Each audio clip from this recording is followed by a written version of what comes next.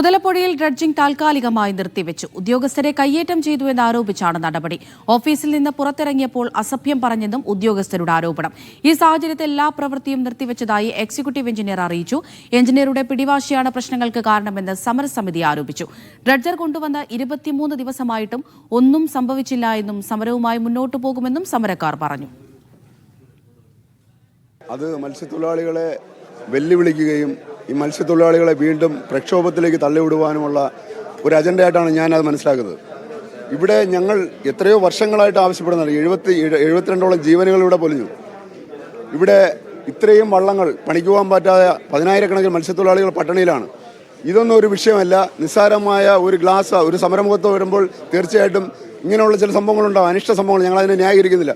ഒരു ഗ്ലാസ് പൊട്ടി എന്നതിൻ്റെ പേര് പറഞ്ഞിട്ട് ഇന്നലെ എഴുതി തന്ന് രേഖാമൂലം എഴുതി തന്ന് ഇന്ന് കാലത്ത് മുതൽ 10 മണിക്കൂർ ഡ്രഡ്ജിങ് ഇന്ന് തുടങ്ങുമെന്നും നാളെ മുതൽ 20 മണിക്കൂർ ഡ്രഡ്ജിങ് തുടങ്ങുമെന്നും ഞങ്ങളോട് പറഞ്ഞിട്ട് ഇന്ന് അദ്ദേഹം പോയി ഞങ്ങളെ വെല്ലുവിളിച്ചുകൊണ്ട് ആ ഡ്രഡ്ജർ ഇവിടെ നിർത്തിയിട്ടിരിക്കുകയാണ്. പ്രവർത്തനം തുടങ്ങിയിട്ടില്ല.